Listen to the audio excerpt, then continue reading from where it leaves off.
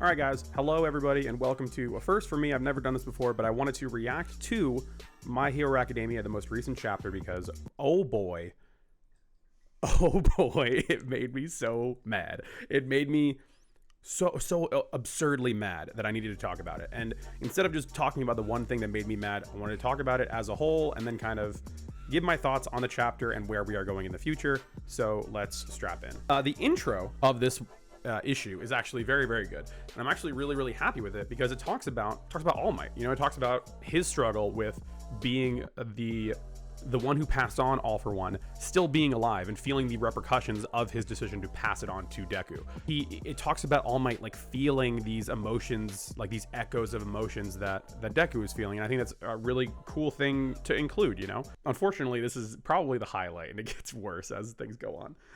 So here's the thing as well. This is something that it gave me like a little ping in my mind of like, this is annoying. We have here Hawks and Best Jeanist talking to All Might about Deku and about like everything that's going on, right? And they even mention in the chapter, Hawks is being like, oh, sorry if I'm being rude, sorry if I'm talking too quickly, but like, is Midoriya okay? And he's like tapping on his phone or whatever.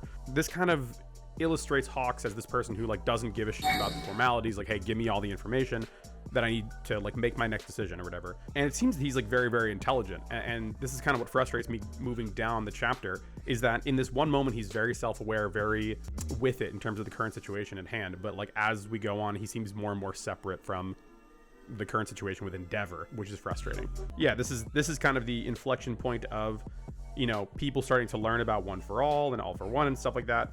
Premise wise and mythology wise, this is very interesting. Just like the minor stuff that really gets my goat and gets me angry later in the chapter. Okay, and this is kind of the spark of things getting a little bit frustrating. We'll be relying on the government's cooperation is something that is said in the chapter when we're talking about the principle and talking about, you know, things moving forward or whatever.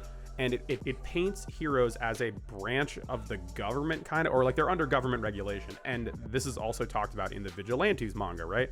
Is that there is interplay between the cops, government, and heroes. They're like all kind of, they're supposed to be working with one another. So this is what gets frustrating as we move on. Okay, so this is the big get, the reason why I'm really mad.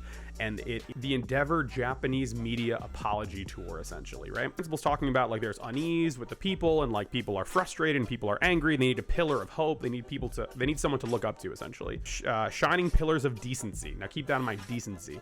Amid the unease and to insist they'd done nothing wrong, they wanted assurance, right? So it's kind of doing this juxtaposition of like, some people want to live in the lie of what was in the past, right? Of the All Might era, right? And other people are out for blood. They want reparations. They want the truth to come out, right? I think even writing wise is very interesting, showing a dichotomy between two types of people. One type of person who wants people to fess up and take responsibility for the ilk that they've done. The other type of person being like, no, we just want support, right? This panel right here, maybe I'll even show it on the screen. This panel here is my biggest problem with this chapter, right? Is more than anything, the public needed something to cling to. And then it shows Endeavor, full panel, he spoke the truth, and for what I've done, I cannot apologize enough. So I'm not a policeman. I'm not a lawyer, right? But assuming that this is Endeavor admitting in perpetuity everything that he has done throughout the past, he is admitting to child abuse, he is admitting to spousal abuse, he's admitting to neglect, he is admitting to all these different things. So yeah, people, and it shows it in this very panel, and it shows in the next panels as well, that people are like surprised and shocked or whatever. And maybe this is a cultural thing, maybe it's up to me, maybe it's my issue for placing my American POV over this.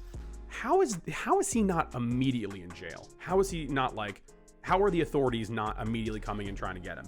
And how is his hero license even still available? And the reason why I bring this up is because I've been reading a lot of Vigilantes, right? And in the Vigilantes manga, there's lots of talks about like the police and authorities and like other pro heroes and stuff cracking down hard on people using their powers in a bad way, or in a way that is not acceptable to society or whatever, right?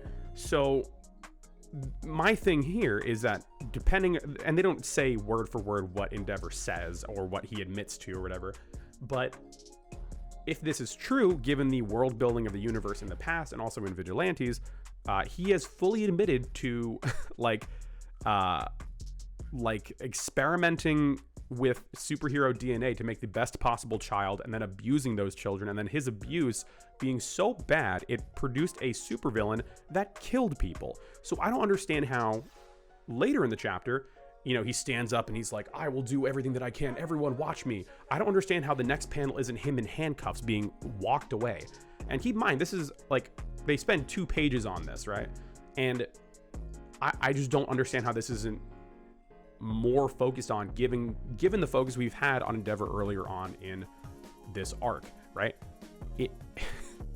And I was thinking about this to myself earlier, is that when you have a manga or a story or whatever, where you have superheroes and you have villains, right? You have good guys and you have bad guys. And sometimes in the middle, there's the gray guys, right? The guys that do maybe bad things for the good reason or good things for a bad reason or whatever, right? When you have a superhero manga that is good guys and bad guys, and you're telling me that the guy who beat his wife and abused his kids is a good guy, I don't think you're a good writer. Or you're telling me that you're cool with people beating their kids and wives. Horikoshi, you got something to say, bud? Do you want to talk about it? Are you okay? And I know that people aren't going to like this because everyone, at least in my social media circle and also on YouTube, loves Endeavor, think that he's this amazing comeback story. No. Sorry, no. Wrong. You're wrong. I'm sorry. It is so abysmal, the way that they treat this character and the way that the camera like lingers on him as if he's this amazing redemptive character. He is a POS. He should be in jail. He should not be in the story anymore, and he should have his hero license revoked. If I'm in a 20 car pileup, or if I run people over with my car, I don't have a license anymore.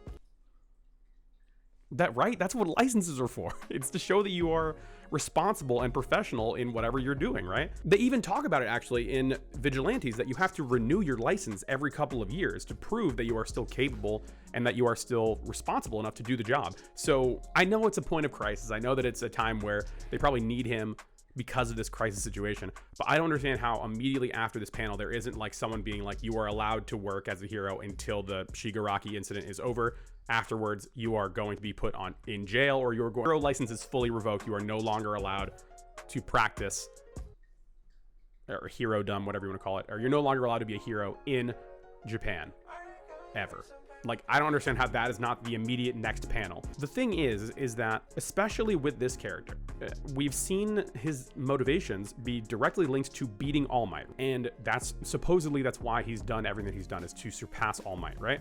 But like the fact that he still can participate in this race to defeat All Might or whatever, it shows that there's no real repercussions for his actions, right? That affect him directly. His family hates him. Okay, I think that he knew that the second he started beating his wife and kids, right? Like, I don't think he cares about that at all. All he cares about is the competition between the ghost of All Might and him, right?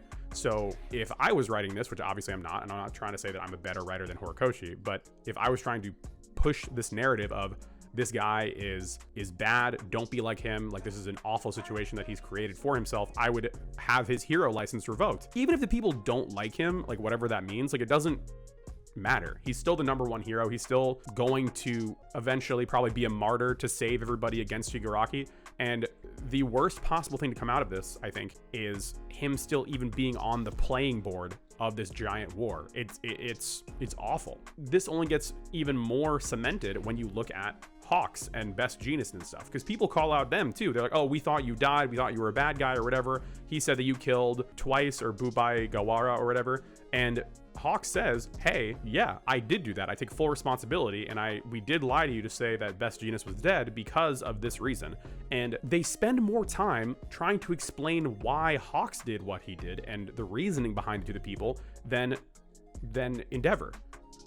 Like, we as viewers of the story have had multiple chapters to understand why Hawks did what he did, because we knew twice, we knew his power was rapidly changing and was going to be a crazy thing to control in the coming war. We all loved Twice, so we didn't want him to die, but we could at least understand strategically and also for the good of the people why Hawks did what he did, right? That same care and that same sort of talking to the reader is not done with Endeavor. It's like, yep, he did it. He's super sorry though. Like, are you kidding me? Like, and this is why this chapter is, it hurts so especially well. If whatever Endeavor is being shown in the panels, it's like people's brains go away. People are like, it's fine. Okay, so even looking at the panels here, we have that people wanted reassurance, panel 1. Then panel 2 is he admits everything.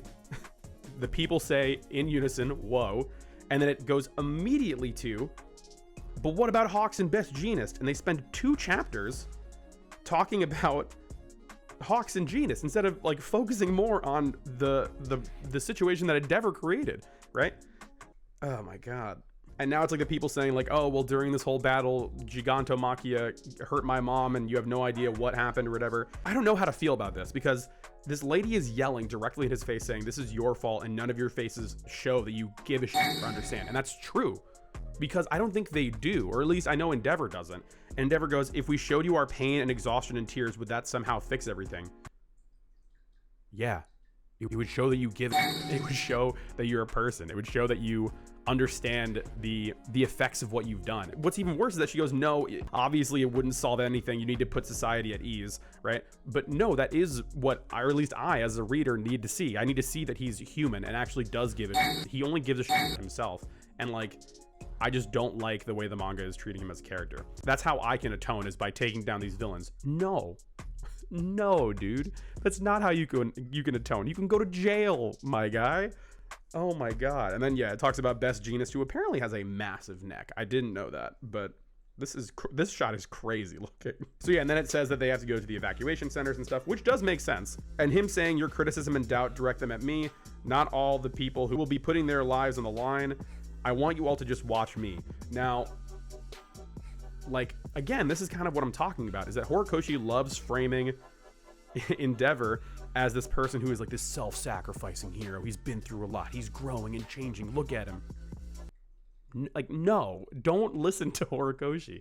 He is for all intents and purposes a villain, but the way the camera frames him and stuff, it's like a documentary about a guy who's been through so much, and you just gotta love him and you gotta believe in him because he's gonna be a good guy one day. No, he sucks. Stop. Oh my god. This is actually what I do like, is I like the one character that does see Endeavor for who he actually is the person who's been most greatly affected by his whole shit, which is Dabi. And he says, so I didn't go far enough.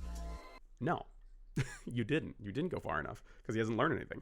So then it reveals the ending, which I think is actually a very, very, very good ending, I think. And I think it actually does put the manga in an interesting place moving forward. And it's essentially Deku telling all of his classmates about All for One and talking about, like, you know, the future and about how he had to leave because he knows that he has a target on his back after everything that's happened. Eventually the truth will come out for All for One, One for All, and he knows that if he's there at the school with, especially now that the school is being reinforced with like his parents and all of the other students' parents and civilians, he knows that that will just be a target for the villains, because the villains don't care about, you know, like the average person. So yeah, the last shot of the manga is, or the last shot of this chapter is Deku, you know, with Gran Torino's scarf. Got like some black things around his legs. Like I think that might be either tattered clothes or something. I'm not really sure what that's supposed to be. It might be like his old costume like ripped up and then he has a new costume underneath it. And also we see like April, we see like cherry blossoms kind of like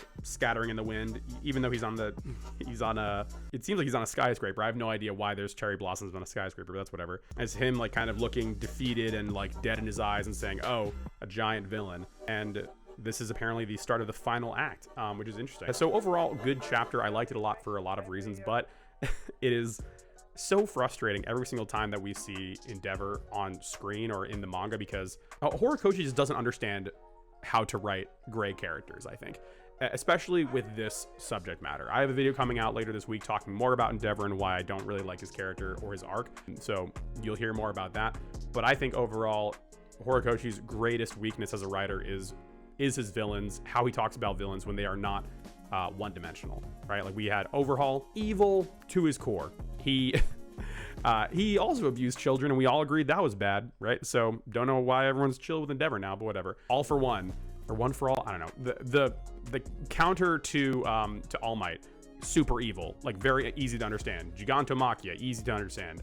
Shigaraki, I think is okay because he's a kid and like he's still growing, and that manipulation from our big bad, I guess that can kind of be interpreted a certain way. But when it comes to these like super real dark subject matters like abuse and like family trauma, like Horikoshi misses the mark so bad that he might as well not have even written about it, because it's in my opinion, it's harmful what he is doing when it comes to writing about this sort of stuff, and is, I think, saying a pretty bad message overall. But again, watch the video later this week to hear more about my thoughts on that. I like talking about manga week to week with my friends, and the reason why this is even coming out right now is because all the people I usually talk about manga with are busy. So leave a comment down below. Let me know what you think about this manga. Did you like it? Did you dislike it? Tell me your thoughts down below. Give it a like if you liked it, and subscribe if you're into that sort of stuff. I have been Ian. This is A+ Anime. Until next time, goodbye.